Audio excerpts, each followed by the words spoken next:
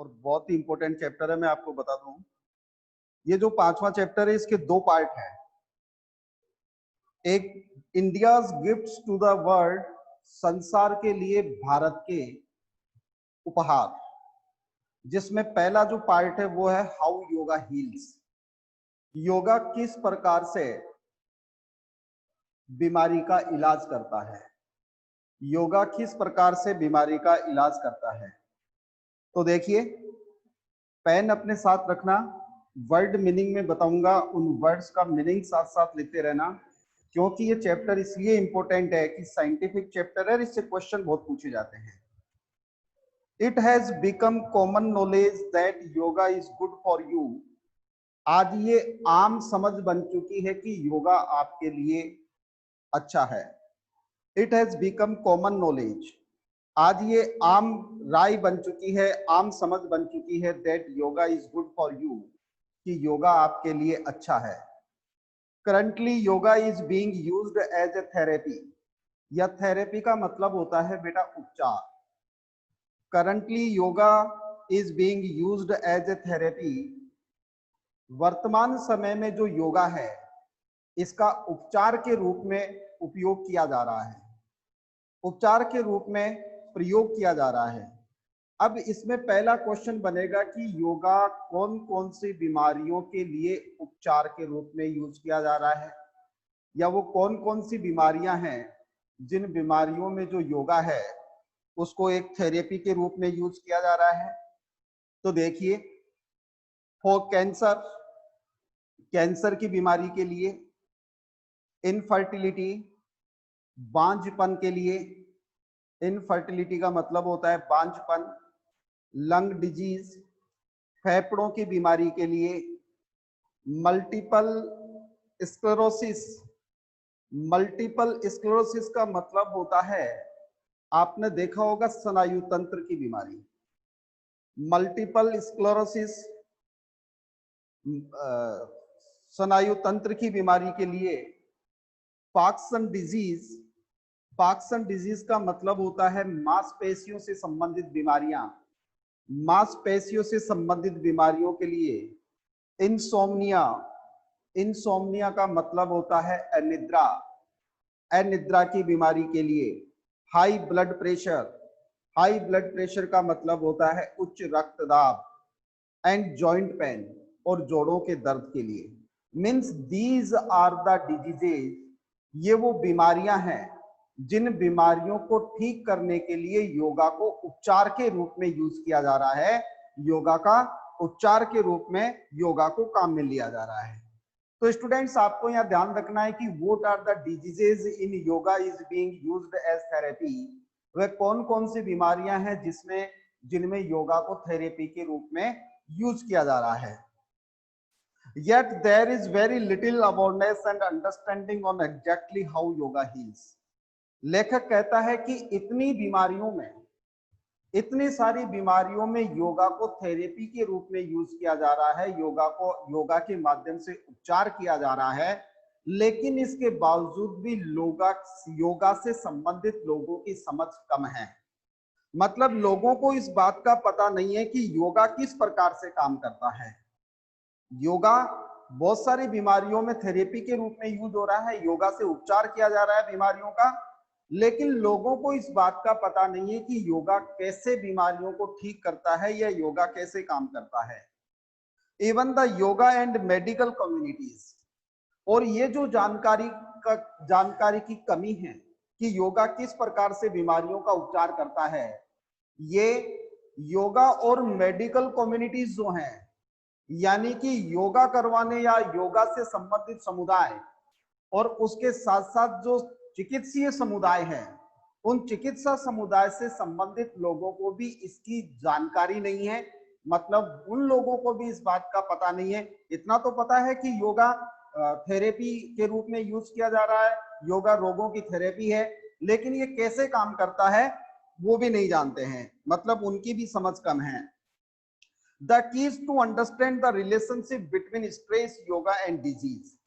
और इस चीज को समझने के लिए हमें क्या करना होगा? योगा, स्ट्रेस, तनाव और डिजीज और जो बीमारी होती है उस बीमारी के बीच में एक संबंध जो होता है, उस संबंध को अपन को देखना होगा। मतलब स्टूडेंट्स देखिए, स्ट्रेस जो होती है वो मोस्टली जो डिजीजेज होती है उनका मेन कोज होता है, और जब स्ट्रेस बहुत सारी बीमारियों का मेन कोज होता है तो स्ट्रेस ही सबसे ज्यादातर बीमारियों की जड़ है। तो बीमारी, स्ट्रेस और योगा, इन तीनों का आपस में किस प्रकार का संबंध है, इसके ऊपर थोड़ा सा अपन को विचार करना होगा। मेडिकल रिसर्चेस एस्टिमेट्स, एस्टिमेट्स का मतलब होता है बेटा अनुमान लगाना, आकलन करना, अनुमान लगाना या आकलन करना। Medical research estimates that as much as 90% of illness and diseases is stress related। देखिए, हमारा जो मेडिकल रिसर्च है उसका ये अनुमान है, मेडिकल रिसर्च इस बात का अनुमान लगाता है कि 90% से ज्यादा जो बीमारियां हैं वो स्ट्रेस रिलेटेड है। कहने का मतलब तनाव के कारण होती है।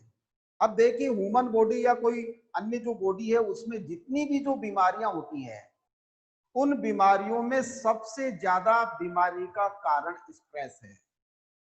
ये मैं नहीं कह रहा हूं, ये हमारा मेडिकल रिसर्च मानता है। ये हमारा चिकित्सा जो विभाग है उस विभाग का आकलन बताता है, उसकी रिसर्च का आकलन है कि more than 90% diseases are stress related, वो स्ट्रेस से जुड़ी हुई है, स्ट्रेस के कारण है।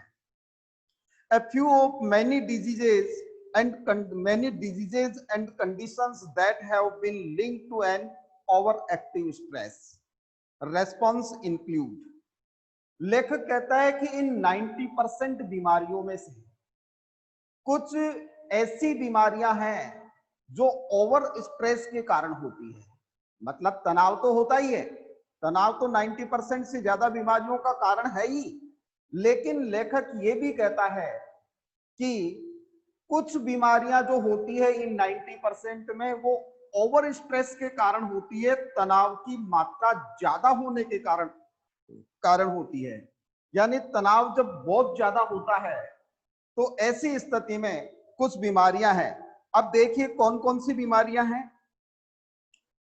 कार्डियोवैस्कुलर डिजीज, कार्डियोवैस्कुलर डिजीज का मतलब होता है हृदय एवं रक्त वाहिनियों से संबंधित डिजीजेज, यानी हमारे हार्ट और जो हमारी वैस्कुलर डिजीजेज हैं, जो रक्त वाहिनियों से संबंधित डिजीजेज है। डिप्रेशन, डिप्रेशन का मतलब होता है अवसाद। आपने देखा होगा कि बहुत सारे कई बार एक आम बात है, आम एक्सप्रेशन है कि वो डिप्रेशन में चला गया, तो डिप्रेशन का मतलब होता है अवसाद। अवसाद की बीमारी। अनेक्सिटी, अनेक्सिटी समटाइप्स, अनेक्सिटी का मतलब होता है चिंता। सम टाइप्स ऑफ डायबिटीज और मेलिटियस एटसेट्रा। डायबिटीज, मेलिटस एटसेट्रा का मतलब होता है अधिक शर्करा वाली बीमारी। डायबिटीज का मतलब होता है शर्करा, लेकिन इसके साथ मेलिटस जो लग गया तो उससे बन गया अधिक शर्करा वाली बीमारी, अधिक शर्करा वाली बीमारी। तो अब इसमें से दूसरे पैराग्राफ में से जो हमारे पास क्वेश्चन बनता है वो क्वेश्चन है कि what are the diseases that are caused of over stress. यानी कि ज्यादा स्ट्रेस के कारण होने वाली बीमारियां कौन कौन सी है। Over active stress. What are the diseases that are caused of over active stress, जो ज्यादा स्ट्रेस के कारण होती है। तो जवाब होगा they are cardiovascular disease, depression, anxiety, sometimes of diabetes mellitus etcetera. ये वो बीमारियां हैं। What we feel as stress. अब यहां देखिए थर्ड जो पैराग्राफ है उसमें लेखक स्ट्रेस को डिफाइन करने का प्रयास करता है। What we feel as stress, stress के बारे में हम कैसा महसूस करते हैं। Is the product of sympathetic nervous system, sympathetic nervous system का मतलब होता है अनुकंपी तंत्रिका तंत्र। ये साइंटिफिक वर्ड्स हैं, आपको थोड़ा सा ध्यान रखना होगा। What we feel as stress is the product of sympathetic nervous system। लेखक कहता है कि ये जो स्ट्रेस है ये सिंपैथेटिक नर्वस सिस्टम का एक प्रोडक्ट है, अनुकंपी तंत्रिका तंत्र का एक प्रोडक्ट है, और द फाइट और फ्लाइट रेस्पॉन्स या फिर लड़ो और मरो, लड़ो और भागो, फ्लाइट और फाइट और फ्लाइट, या फिर लड़ो और भागो। अब देखिए लड़ो और भागो क्या है, मतलब फाइट और flight is the other name of sympathetic nervous system. ये हमारा अनुकंपी तंत्रिका तंत्र का ही दूसरा नाम है, इस बात को आप थोड़ा सा ध्यान रखेंगे। An almost instantaneous surge in heart rate. लेखक कहता है an almost instantaneous surge in heart rate. Instantaneous का मतलब होता है तात्कालिक, उसी समय, और सर्ज का मतलब होता है वर्दी, हार्ट रेट का मतलब होता है हृदय गति। वह क्या करता है, ये अनुकंपी तंत्रिका तंत्र और फ्लाइट रेस्पॉन्स जो है इसके बारे में लेखक कहता है कि तात्कालिक हार्ट गति का बढ़ जाना, कार्डिक आउटपुट, कार्डिक आउटपुट का मतलब होता है हृदय की कार्डिक, हृदय के जो कार्य हैं उनका प्रभावित होना, ब्लड प्रेशर यानी कि रक्तदाब का बढ़ना, स्वीटिंग, पसीने का आना, सेलो ब्रीथिंग, धीमा सांस होना या लंबा सांस चलना, एंड मेटाबॉलिज्म और उपापचयी जो क्रियाएं आप जानते हैं, combined with tensing of muscles. इसके साथ साथ जो हमारी मसल्स होती है उनके अंदर तनाव आना, टेंस का मतलब होता है खिंचाव, उनमें खिंचाव का आ जाना। ये आपके किसके कारण होता है, ये सब कुछ होता है आपका स्ट्रेस के कारण। यानी स्ट्रेस के कारण क्या होता है, स्ट्रेस के कारण इंस्टेंशियस सर्ज इन हार्ट रेट, हृदय गति की तात्कालिक वृद्धि हो जाती है, कार्डिक आउटपुट, हृदय के जो कार्य होते हैं उनमें कमी आ जाती है, ब्लड प्रेशर प्रभावित हो जाता है, स्वीटिंग, व्यक्ति को पसीना आने लगता है, सेलो ब्रीथिंग, सांसें धीमी चलने लगती है, एंड मेटाबॉलिज्म, उपापचयी क्रियाएं प्रभावित होती है, combined with tensing of muscles, और इसके साथ साथ जो हमारी मसल्स हैं, जो हमारी मांसपेशियां हैं उनमें टेंस हो जाती है, यानी कि उनमें खिंचाव हो जाता है। इंटरनली द फाइट और फ्लाइट रेस्पॉन्स शट्स डाउन। ध्यान देना आप, इंटरनली की जो तंत्रिका तंत्र है, जो सिंपैथेटिक नर्वस सिस्टम है, उससे क्या होता है, उस सिंपैथेटिक नर्वस सिस्टम से क्या होता है, थोड़ा सा अपन को इसको देखना है। देखिए क्या कहता है लेखक, इंटरनली द फाइट और flight response shuts down digestion and elimination. Digestion का मतलब होता है पाचन तंत्र और एलिमिनेशन का मतलब होता है उत्सर्जन तंत्र। क्या होता है कि जो फाइट और फ्लाइट रेस्पॉन्स है वह हमारे डाइजेशन सिस्टम को बंद कर देता है। शट्स डाउन का मतलब होता है बंद कर देना, यानी कि हमारा पाचन तंत्र काम करना बंद कर देता है। एलिमिनेशन का मतलब होता है उत्सर्जन तंत्र, हमारा उत्सर्जन तंत्र काम करना बंद कर देता है। And reduces blood flow to the internal organs, और जो हमारे इंटरनल ऑर्गन्स हैं, जो हमारे आंतरिक अंग हैं, उन आंतरिक अंगों में जो जो ब्लड का सर्कुलेशन होता है, जो खून के बहने की गति होती है, वो धीमी हो जाती है। उसको क्या कर देता है, ब्लड फ्लो को ये क्या कर देता है, रिड्यूस कर देता है। Short term this stress reaction is good thing. ध्यान देना, देखो बहुत अच्छी बात यहाँ लेखक कह रहा है और दोनों में डिफरेंस भी बता रहा है। शॉर्ट टर्म के लिए यदि ऐसा कुछ होता है तो ये हमारी ह्यूमन बॉडी के लिए अच्छा होता है। यानी कि हमारी ह्यूमन बॉडी के लिए क्या अच्छा होता है, लेखक कहता है कि यदि शॉर्ट टर्म स्ट्रेस है, यदि कुछ समय के लिए आपका स्ट्रेस होता है, तो उससे आपकी जो इंटरनल ऑर्गन्स में जो ब्लड का फ्लो है वो कम हो जाता है, आपकी डाइजेशन सिस्टम और आपका जो एलिमिनेशन सिस्टम है वो प्रभावित होता है। तो लेखक कहता है शॉर्ट टर्म के लिए तो ये बॉडी के लिए अच्छा है। बॉडी के लिए अच्छा क्यों है, यही ध्यान देना आप, इसी का जवाब यहां मिलेगा। क्वेश्चन बनता है कि why is the short term stress good for human body, यानी कि मनुष्य शरीर के लिए शॉर्ट टर्म स्ट्रेस अच्छा क्यों है। तो जवाब देखिए, द फ्लाइट और flight response prepares us to respond to an environmental threat by fighting against it और फ्लीटिंग फ्रॉम इट। लेखिका कहती है कि फाइट और फ्लाइट जो रेस्पॉन्स है वह हमें प्राकृतिक जो चैलेंजेस होते हैं, प्राकृतिक जो चुनौतियां होती है उससे लड़ने के लिए या भागने के लिए प्रेरित करता है, तैयार करता है। उससे लड़ने के लिए या भागने के लिए हमें तैयार करता है। और but long term continuous response to stress is harmful. देखिए स्ट्रेस, मैं एक एग्जांपल देता हूं आपको, थोड़ा सा ध्यान से सुनना इस एग्जांपल को, कि शॉर्ट टर्म स्ट्रेस किस प्रकार से आपको लड़ने के लिए या फिर भागने के लिए प्रिपेयर करता है। फॉर एग्जांपल, आप रास्ते में अकेले चल रहे हैं, और सामने से कोई डॉग है वो दौड़कर आपकी तरफ आ रहा है। जब सामने से वो दौड़कर आपकी तरफ आ रहा है तो आपके पास पहुंचने से पहले ही आपको स्ट्रेस हो जाएगा, और यार कुत्ता आ रहा है। आपके दिमाग में क्या आया? स्ट्रेस। उस स्ट्रेस ने क्या किया, या तो आपको तैयार किया उससे लड़ने के लिए, आपने पत्थर उठा लिया कि मैं इसका सामना करूंगा, या फिर आपको वहां से भागने के लिए। तो फाइट और फ्लाइट है क्या? फाइट और फ्लाइट ये वही अनुकंपित तंत्रिका तंत्र का पार्ट है जो हमारी नर्वस सिस्टम के अंदर हमें सामने आने वाले खतरे से या चुनौती से लड़ने के लिए तैयार करता है या फिर भाग जाने के लिए तैयार करता है। तो शॉर्ट टर्म स्ट्रेस क्यों अच्छा है?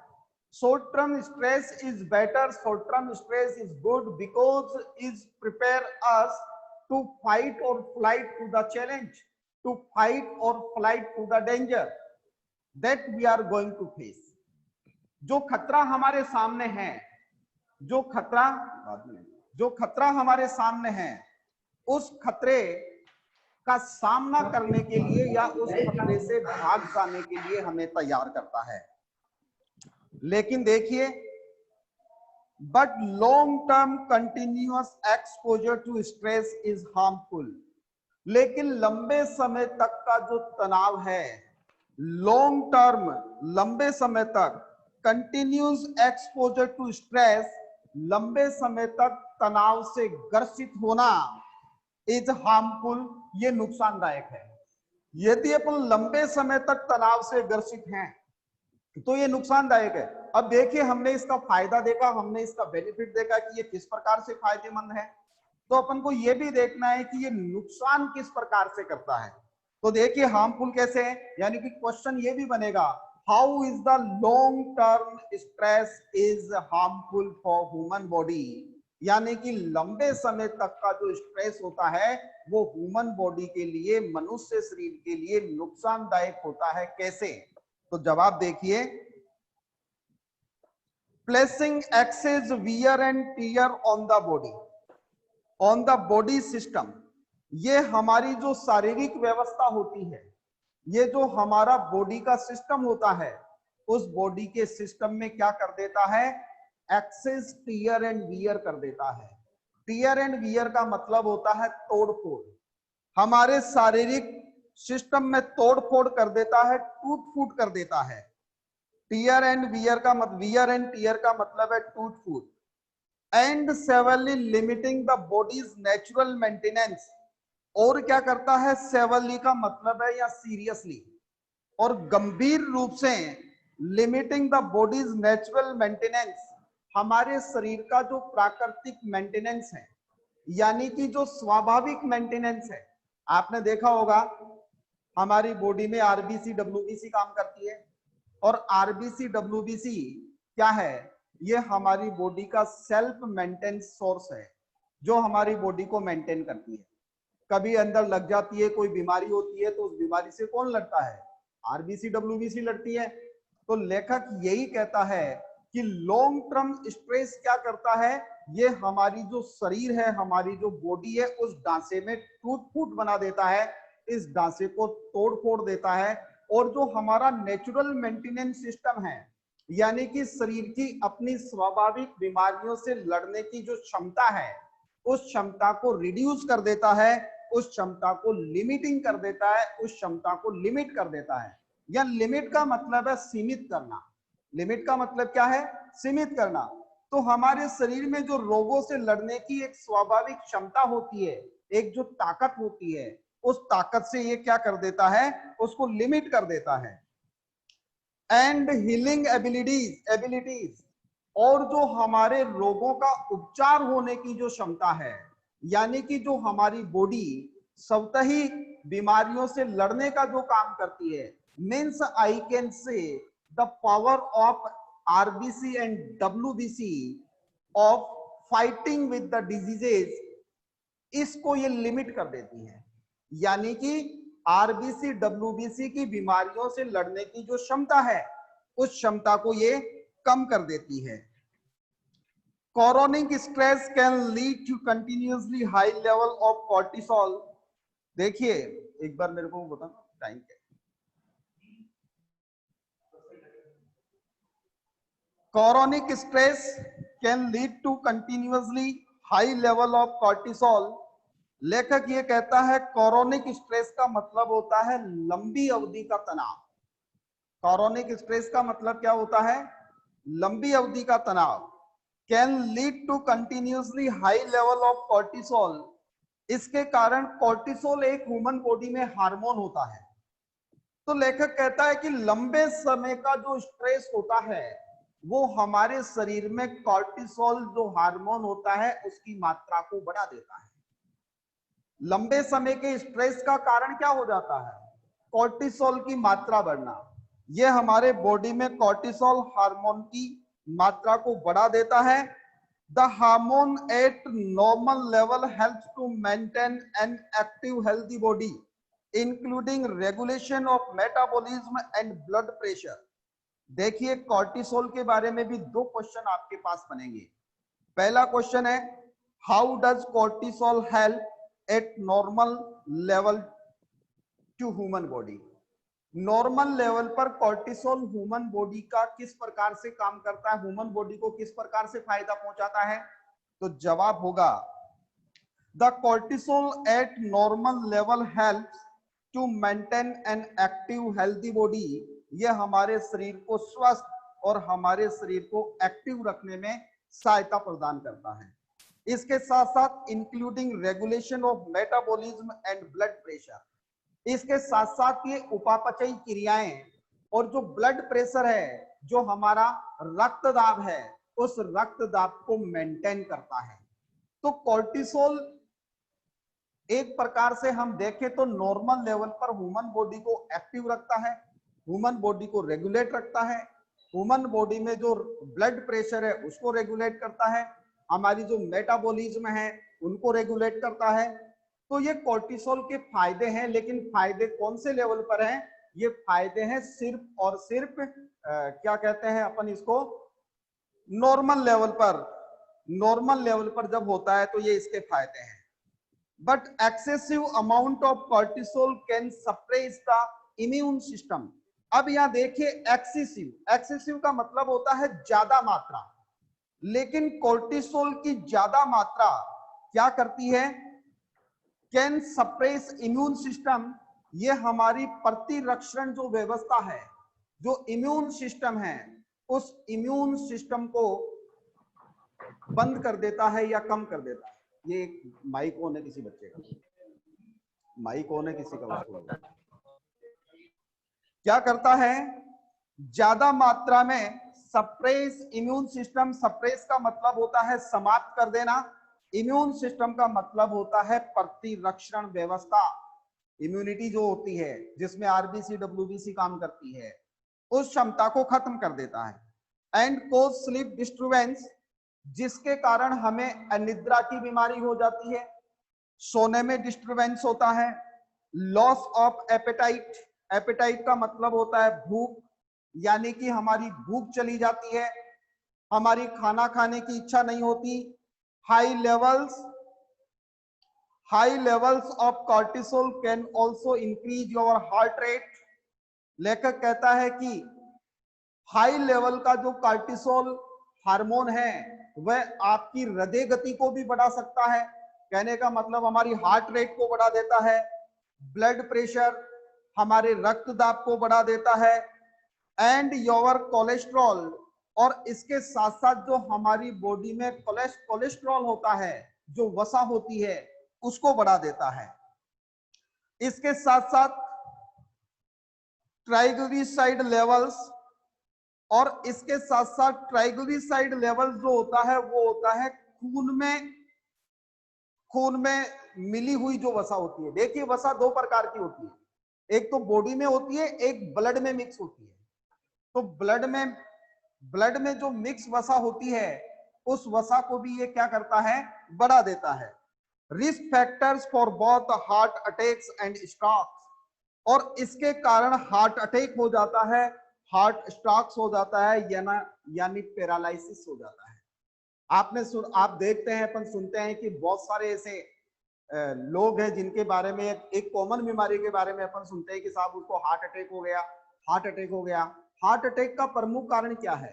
Excess amount of cortisol in human body, मनुष्य के शरीर में कॉर्टिसोल हार्मोन का बढ़ना, क्योंकि कॉर्टिसोल हार्मोन के बढ़ने के कारण ब्लड प्रेशर प्रभावित होता है, कम हो जाता है, हमारी जो हार्ट रेट होती है वो कम हो जाती है, और फिर बाद में उसको पैरालिसिस हो जाता है, उसको हार्ट स्ट्रोक हो जाता है, उसको हार्ट अटैक अपन कहते हैं।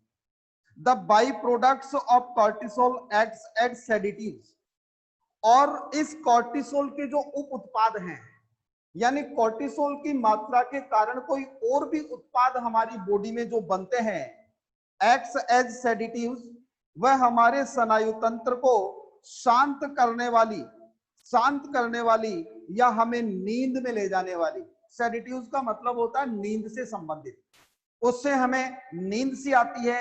विच can lead to change in mood, जिसके कारण हमारा जो मूड है वो बदल जाता है, specially to feelings of depression, और कुछ खास तौर से यदि बात करें अपन तो ये डिप्रेशन की एक फीलिंग देता है हमें, यानी ऐसा लगता है जैसे कि हम अवसाद में पहुंच गए हैं, ऐसा लगता है जैसे कि हम अवसाद में पहुंच गए हैं। स्टूडेंट्स, इसके क्वेश्चन अपन कल वाला जो पैराग्राफ पढ़ेंगे उसके साथ करेंगे। आज मैं आपको ओरली बोलकर बता देता हूं। पहला क्वेश्चन आपको जो आंसर लिखना है वो ये है कि what are the diseases in yoga is being used as therapy. वो कौन कौन सी बीमारियां हैं जिनमें योगा को थेरेपी के रूप में यूज किया जा रहा है।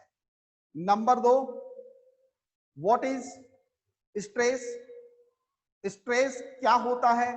तो जवाब मिला आपको इसमें थर्ड पैराग्राफ में कि stress is the product of the sympathetic nervous system. अब दूसरी बात कि कॉमन जो लेवल होता है, यानी कि एक नॉर्मल लेवल पर स्ट्रेस हमारे लिए किस प्रकार से फायदेमंद है, और बाद में हाई लेवल जो स्ट्रेस होता है वो किस प्रकार से नुकसानदायक है।